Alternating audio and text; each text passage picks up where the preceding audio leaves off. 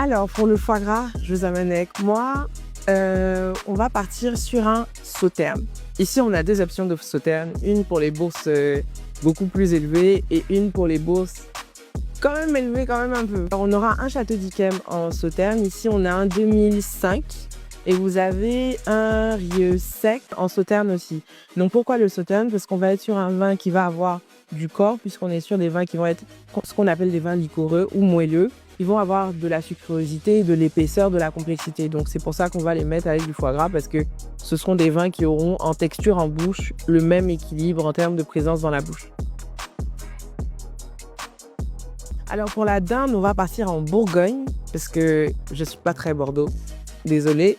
On va partir sur un Bourgogne rouge de préférence parce qu'on va être sur une dominante de Pinot Noir. Donc ici, on a la maison Fèvelet sur laquelle vous allez pouvoir choisir votre référence en fonction de votre budget. Ça va aller d'un 15 000 jusqu'à des montants très très hauts.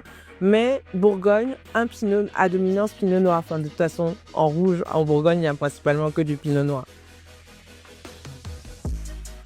Alors pour la viande rouge, je vais vous amener quelque part où on ne va pas très souvent. On va aller en Corse. Ici, on va avoir le domaine Vico avec l'Emra, qui est un de mes chouchous de la maison. On va être sur un vin rouge qui va avoir d'apparence une robe très pâle, très légère, et on va se dire que ça va être quelque chose qui va être très léger en bouche, alors qu'en fait non, on va avoir beaucoup de complexité, de l'acidité, du fruit, des épices, fantastiques. Donc ça, pour de la viande rouge, une souris d'agneau, parfait.